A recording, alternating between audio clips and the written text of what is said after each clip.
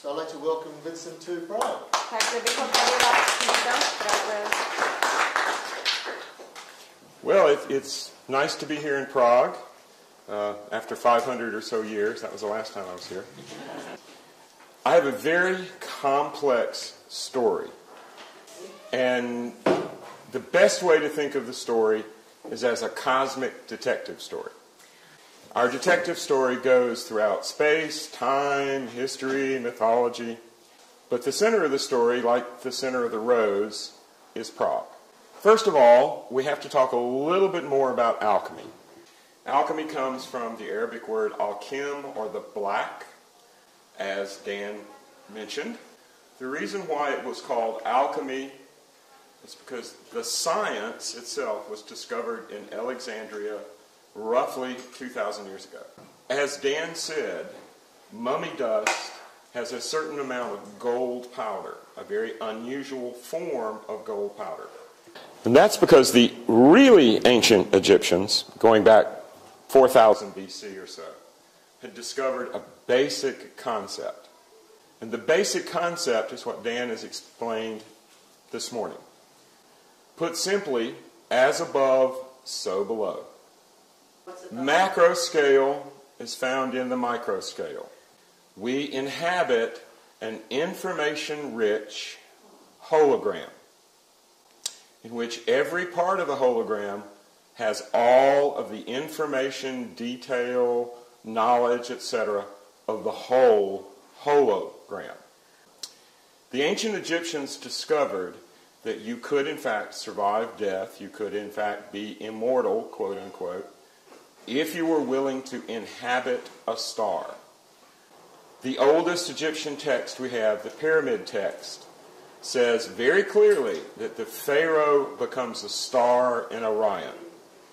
And the process involves gold. The Egyptian discovery was that spiritual intensity, bliss, coherence at a spiritual level, this intensity influences physical matter. So that a person who had a good death and was properly taken care of, the physical body was properly taken care of after death, that is mummified using a variety of salts and minerals, it was discovered that the process itself produced minute amounts of the gold that Dan was showing this morning. Now this is a byproduct, it's not the end result. And it happened accidentally in the sense that no one planned that there would be monatomic gold produced during the mummifying process.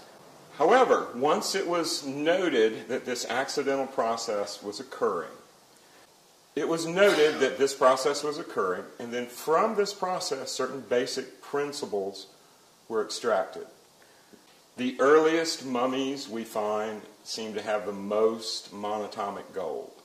So the whole job of being Pharaoh was to initiate this reaction. Not just the accidental reaction that produces monatomic gold, but the macro reaction that creates a golden age. Heaven on earth.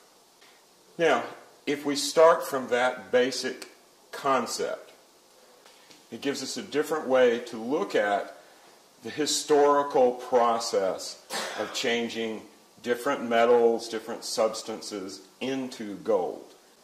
The best way to put it is that in the larger course of events, the larger spinning of time, eventually a culture developed that used gold somewhat in the sense that Dan was talking about without the mythology. By the time of Alexandria 2,000 years ago, these basic ideas and concepts from ancient Egypt were codified into science. It was science in the sense that it was meant to be repeatable. Not something that happened spontaneously or accidentally, but something that you could cause to happen. The missing ingredient, the prima materia, however, was kept hidden or was lost. We know from those early mummies that a certain type of natron, which is a type of salt from a certain part of the Egyptian desert, and as this idea that, okay, certain sands, certain minerals are better for the process developed, different sorts of minerals, different types of salts were examined for a certain kind of property. That property is the exact opposite of the property of the monatomic gold that Dan was showing this morning. Instead of feeling oppressive and heavy and intense, the goal was to find a substance that was enormously uplifting, that would in fact cause you to radiate light just from being exposed to it. And as the experiments were conducted, they had a historical resource to draw upon. Ancient Egypt was obsessed with and focused on a particular type of mineral or rock. This, of course, was meteoric rock, tektites. In Egypt, the bin, or the top of pyramidions, small ceremonial pyramids, the bins were usually meteoric in origin, and they always had a very prominent place in the culture or the sacred site. In the Old Kingdom, long before techniques of gold mining on a vast scale were discovered, we're talking 5,000 years ago, the pharaohs would line the temples with gold plate. And it was all the gold that started all the tomb robbers and the looters. Where did all the gold come from? The only plausible solution is that someone in Egypt 5,000 years ago could make it. I tend to use Occam's razor. The simplest explanation is the best explanation. Alchemy, believe it or not, is a simpler explanation than fleets of Egyptian transport ships using primitive mining technology, bringing back tons of gold from anywhere on the planet. And another sort of example, another reason why we would accept this explanation, is the incredible purity of the early kingdom gold. We would be hard put to mine gold ore and refine it to that level of purity today. So the supposition is the pharaohs or someone knew how to make gold. By the time it was codified, was turned into a science in Alexandria, as I said, the prima materia, or the catalyst for the transmutation, was lost. The main reason why it was lost was that Egypt had been invaded and conquered, 3 or 4 times in the immediate few centuries before then, by the Greeks, then earlier by the Assyrians, and the whole temple system was disrupted. But we do have a couple of important pieces of proof, a couple of important clues that this meteoric rock, the bins, had some very peculiar transformative properties. The legend of the phoenix is an example of this. Everything Dan was talking about this morning, the blue fire, phase conjugation, all of these terms may be a more scientific way to look at the myth or the legend of a phoenix. In fact, the Egyptian word for phoenix is benu.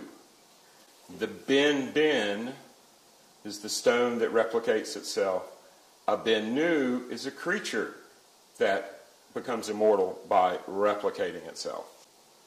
In trying to understand the history of alchemy in general, I first of all said, how many real transmutations can we find? The Alexandrian scientists formulated the theory, but they produced almost no transmutations. So they had obviously lost the key ingredient, even though the theory and the science remained. And other than those 2 or 3, disputed examples from Alexandria, there are no more transmutations that we can find, any documented, somebody saw it, somebody assayed it, it was real, transmutations until the 9th century. Around the beginning of the 11th century, something very strange happened. The most prominent meteoric stone in the world is the stone in the Kaabah in Mecca. The Fatimite, or family of the prophet, Ismailis, raided Mecca and they stole the stone, literally ripped it out of the wall. The Ismailis presented the stone to the Fatimid Caliph in Cairo. And from that point on, we have a regular series over a couple of hundred years of documented transmutations in the Arabic world, particularly in Cairo. When the stone was returned to the Kaabah, it had lost 60% of its mass. And the stone that's there today, you can see, is appreciably smaller. Then descriptions of it both before it was stolen and it's noticeably smaller than it was before it was stolen. And we can also trace in the building of the Kaabah itself the fact that at some point it was much, much bigger. The most logical explanation is that the Caliph in Cairo kept a big chunk of the stone before it went back to the Kaabah. Apparently, this big chunk of the stone was passed on to the Caliph's grandson, who became eventually Caliph Harun the Mad. They called him the Mad Caliph because he eventually went totally crazy and wandered off into the desert east of Jerusalem to die. Harun the Mad is the origin point of what would become in 100 years or so the Crusades, because he threw all Christians out of Jerusalem. The Mad Caliph went mad, threw all the Christians, all the Jews out of Jerusalem.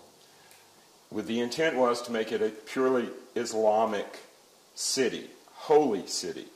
The tradition is, before he wandered off into the desert, he hid his greatest treasure under Herod's temple. He hid his greatest treasure under the temple and wandered out into the desert to die. And for the next 200 years, we don't have any authentic transmutations. Then the Crusades happened, and all us wonderful Westerners conquered Jerusalem, and a very unusual group known as the Knights Templar were assigned the underground quarters under Herod's temple for their stable. Apparently, the Templars excavated under the temple for around 20 years, and sometime around 1118, they made an enormous discovery. The discovery probably included a cache of manuscripts that described, by sacred geometry and diagrams, pretty much what Dan was showing this morning. The Knights Templars took their great discovery back to Europe. They took it to Troyes, one of the few places in France that was near their sources of power that had a large Jewish Kabbalist community. In fact, Dan's idea about a spiral making one form of the Hebrew alphabet was probably developed by the sages of Troyes at roughly the same time period. And we think this because the written form of the Hebrew alphabet that the spiral shadows matches most closely was developed by a group of rabbis roughly in the same time period in the same area. And as we all know, the Templars became the Swiss bankers of Europe and the world. Like the question of where did all the gold in Egypt come from, the question must be asked, where did all the gold for the Templars come from? I could sell my farm in Provence and get a chit from the Templars for the money, and then I could sail to Jerusalem, show that chit to the commandery there. Check. And check? A check. A Yeah, chit is yeah, a check. a check, yeah. And they would give me money, gold. Where did they get the gold? No one's carrying it around. There's not great wagon trains of gold going from the Middle East to Europe or from Europe to the Middle East. But the Templars always have enough money. In fact, the Templar gold was the main financial support during this time period for the papacy and several kings in Europe, including the King of France. We know that at the beginning of the 14th century, a French alchemist by the name of Arnold Villeneuve produced a transmutation in front of the Pope and the King of France, a process that was closely observed so there could be no trickery, and that produced gold that was assayed as 99.99999, we can't stop the nines. Now, this is in the historical record because Arnold gave the crucible and the gold to the Pope's treasurer and main assayer. So we have records of this transmutation. We can still read the diary of the man who checked the gold. And considering the pressure that was put on him, it can't be a fake.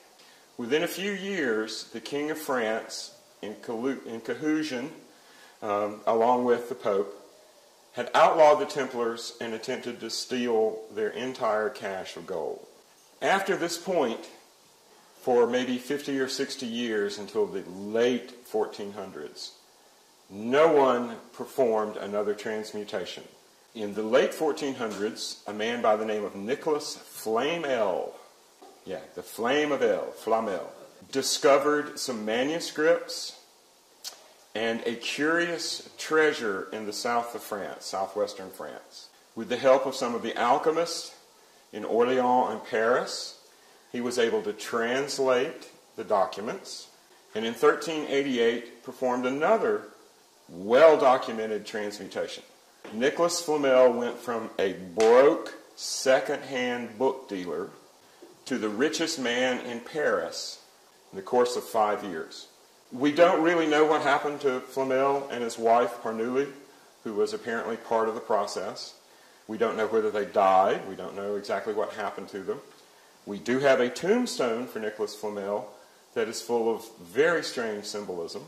But Flamel is the starting point for the next 150 years of transmutations. We have more transmutations on record documented between 1388 and 1600 than anywhere else in the rest of recorded history. In the 200 years from, say, 1388 to 1588, we have more recorded transmutations than any other time in history. And it appears that there were a group of occultists, alchemists traveling around Europe with something called the powder of projection. Now, the powder of projection was known as the red powder.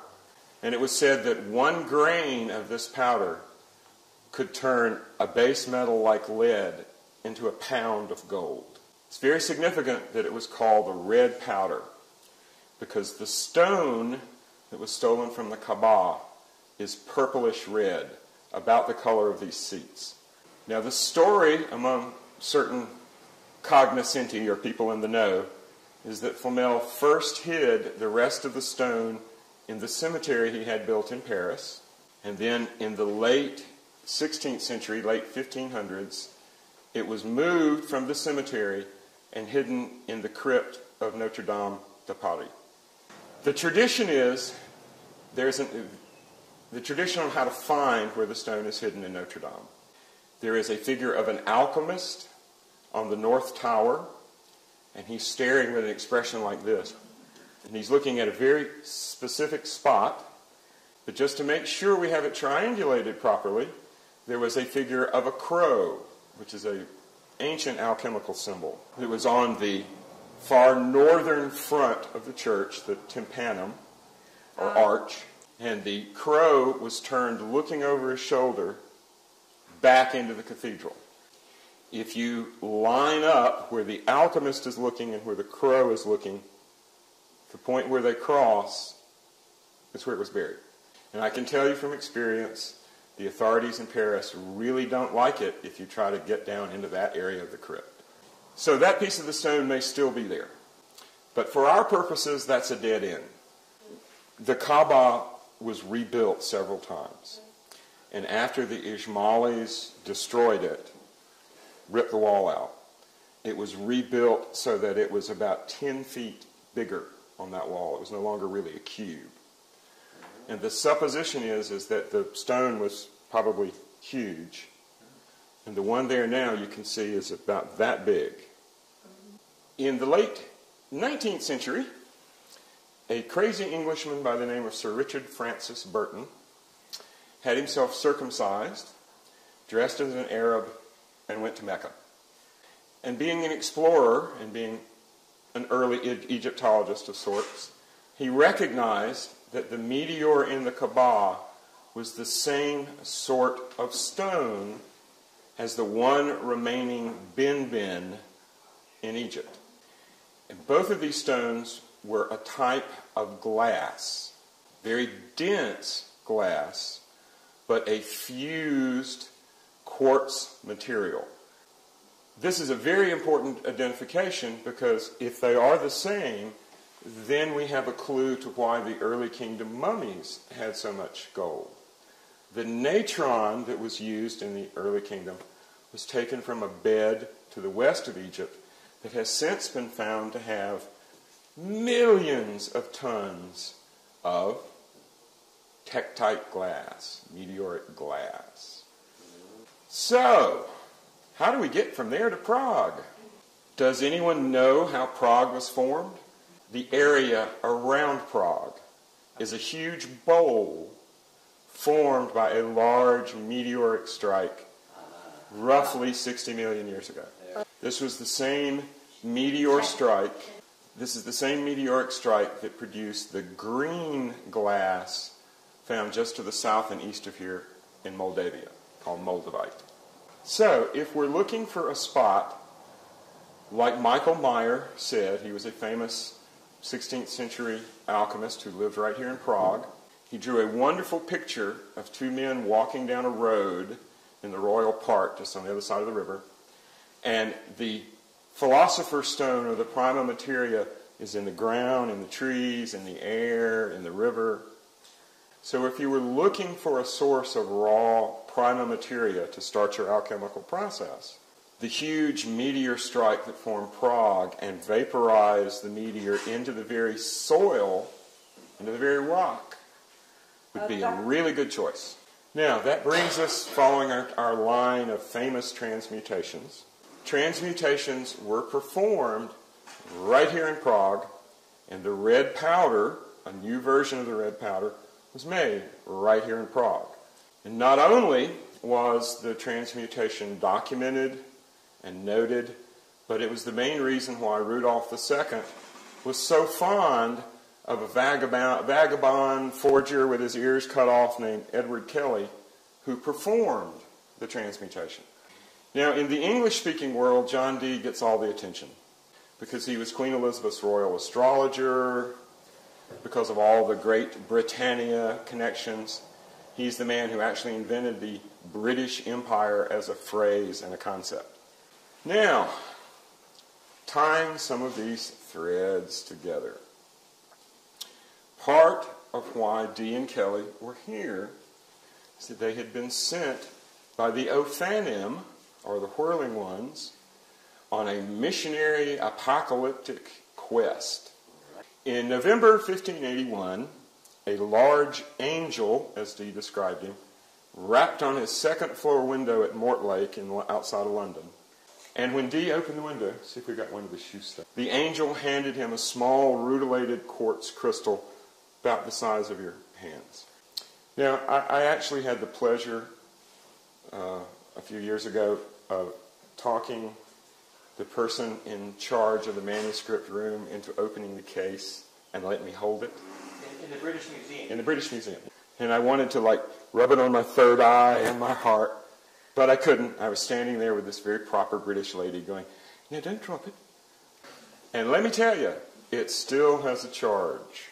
Less than a year after I talked the lady into opening the case and let me hold it, Dan and I and a whole group of other people were on top of a mountain in Sedona doing Dee's apocalyptic ritual. And that was quite an experience. Most of what Dan was saying today about large angelic forms being the size of nebula and being self-organizing coherent structures, quite an experience. The concept he was talking about these vast self-organizing life forms, comes directly from experience. Because the Ophanim came down and danced with us on top of the mountain. And no one who was there at the time has ever been the same since. Now, what the angels told Dr. Dee through the shoe stone was that the end of the world was coming. And that the novas and comets between 1577 and 1588 were markers of this approaching into the world. Now, 420 years from 1589 would be when? Yes, 2012? No, Okay. this year. Dee, along with most other knowledgeable astrologers, astronomers at that time period, believed in planetary ages. And the planetary age that was starting in 1588, 1589 was the age of Venus. Then 420 years later would be the last or the first of the next cycle planetary being, Mercury. So the angels explained all this to Dee and Kelly in 1582 and 1583. They also told them that the Spanish Armada would be defeated and that Mary Queen of Scots would be killed and other prophecies that were accurate.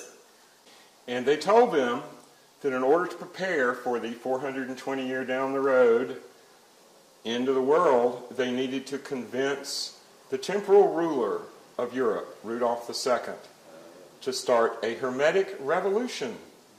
Now, this fit in just perfectly with what Rudolph himself believed, because he believed that the 7 hills of Prague were going to be the new Rome, the new Hermetic Rome, which is why in the late 16th century, every crackpot, weirdo, alchemist, occultist in Europe rolled downhill into the bowl of Prague.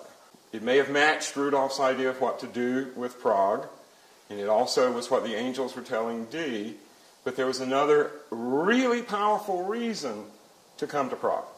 So, a fellow from Poland came to visit Dee and Kelly by the name of Count Albert Lasky.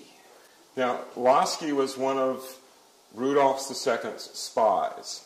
Rudolph wasn't interested in spying for political reasons. If he had been, his life and career would have been much different. But he had the largest spy network in Europe, concentrating on finding obscure paintings, documents, and artifacts. Dee had even worked in the 1560s for Rudolph's father, Maximilian II, collecting Kabbalistic manuscripts in Venice. So there was a connection long before Lasky appeared and long before they left for Prague. So why come to Prague when things are already going pretty good in England? You've already got the angels dictating things to you. Why come to Prague? Because Lasky explained to Dee that there were 7 hills. Just like the 7-pointed star. 7-pointed star, 7 hills in Prague. And that there was a pentagram of synagogues and churches in Prague, inside the 7 hills. Plus, the Golem legends had made an enormous deal of the idea of truth, Amet, and death, Met. Amet means truth, and you take the A off, it's Met, which is death.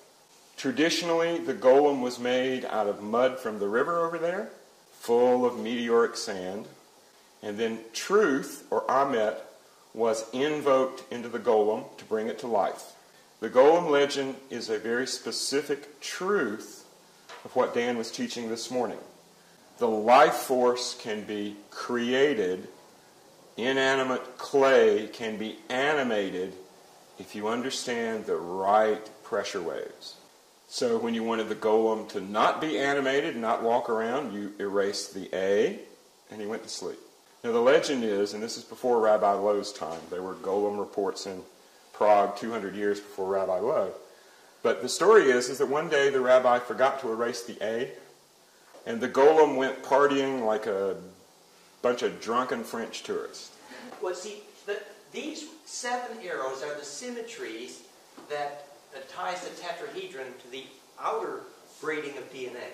And the 5 spins are the inner symmetry of the thread of DNA, yes? And you'll see later, that's the symmetry, the anu, the slip knot, the Gordian knot, the infinite knot. It's the solution. That's all. So the golem making was the indexing of those plasma donuts, the aleph that he's speaking about, is that the rabbi would focus on the shape of the aleph and fill his optical cortex with that shape and send that plasma field into that. Not only is this the solution to what Dan was talking about, the solution to the golem, etc., this is the filter that the angels gave Dee and Kelly to make sure that their information and their energy stay tightly braided.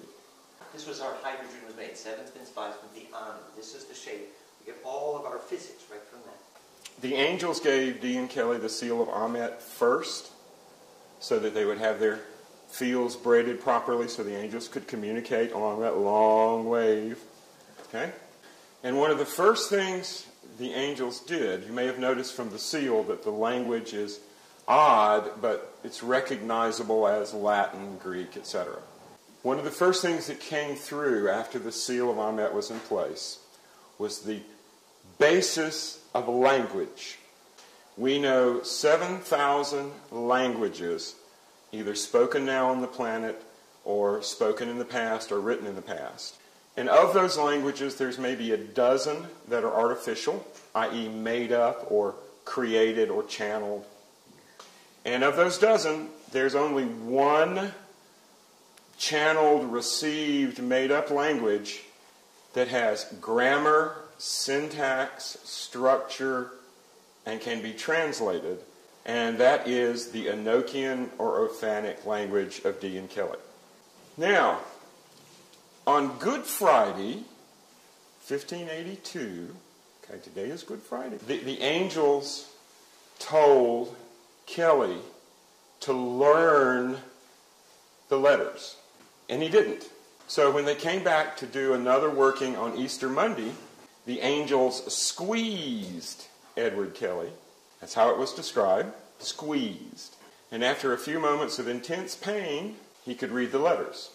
Now, this is how the alphabet was dictated. You may notice that there are more than one of each of these letters. And you may also notice it's an 8 by 8 square. 8 by 8 equals 64, and 64 is the number of codons in DNA and transfer RNA. Unlike any other language known on the planet, Enochian does not have a direct name of a letter, description of a letter, correspondence. We call an A, and it looks like an A. This takes many letters to spell out the name of one letter, which means that this is a unique description, not of what a letter in the alphabetic sense means, but the nested energy fields, to use Dan's phrase, of the letter. So when the angel squeezed Edward Kelly, he squeezed his DNA hard enough for a language to pop up. And when it got squeezed down into this pattern, it reveals multiple symmetries. Okay, this is 4 of what we were just looking at put together.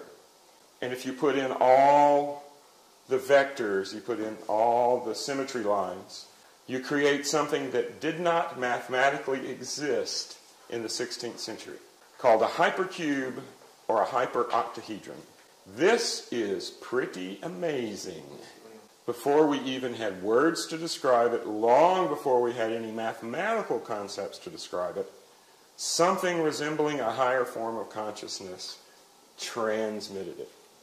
Now, the early workings with the Enochian language were sort of like speaking in tongues or glossiola. It was pretty much nonsense. The modern science of psycholinguistics helps us to understand that glossiola or nonsense, blah, blah, blah, blah, blah, that you find in children and that you find in people who are mentally, they have that speech center in their brain damaged, is a part of building up a language field. In other words, a child can't learn to speak unless they do rhyming nonsense. The Pentecostal movement called speaking in tongues, glossolalia, I think is it. Close. Like after Pentecost. Then after Dee and Kelly got to Prague, of course the angels over this whole time period are communicating. Kelly was the hardest working clairvoyant of his era. They did sessions every day. And they continued to work once they got to Prague. And the amazing thing is that as the work developed, the angels gave them the grammar and syntax to translate what had been given up to 6 years earlier. And what had been given up to 6 years earlier was a series of calls or speeches, invocations. And these calls have an enormous amount of apocalyptic content. The working that Dan and I were involved with was the first time ever, because Dee and Kelly never did any magic with their system, that anyone had done all 49 calls properly and all at the same time. And just like a stranger in a strange land, it helps to speak the language. The shocker. Has everybody heard of William Shakespeare? Has anybody ever heard that William Shakespeare spent a couple of years right here in Prague? That's the point I was building up to. William Shakespeare was here in Prague with Dee and Kelly and actually observed an alchemical transmutation. And the origin point of things like the Rosicrucian movement can be found right here in Prague. There's a painting over in the museum below the castle called the Festival of the Rose Garlands. This picture shows Mary being crowned with the most outrageous, inducing crown you've ever seen. And Mary, as she's being crowned, is crowning Maximilian II with this simple garland of roses. It arrived here in Prague 1585, 1586, and was a huge event. It was carried upright by bearers across the Alps. And anyone going to visit Rudolph II in his private apartments up at the castle had to pass right by it. And it was this painting that gave William Shakespeare his local nom de plume, or his secret identity. And just to make it really fun, the origin of the King Lear story happened right here. King Lear is the ancient Celtic king Croc, who had 3 prophetess or witches for daughters, and the eldest 2 came to a bad end, and the youngest one, Libussa, founded Prague.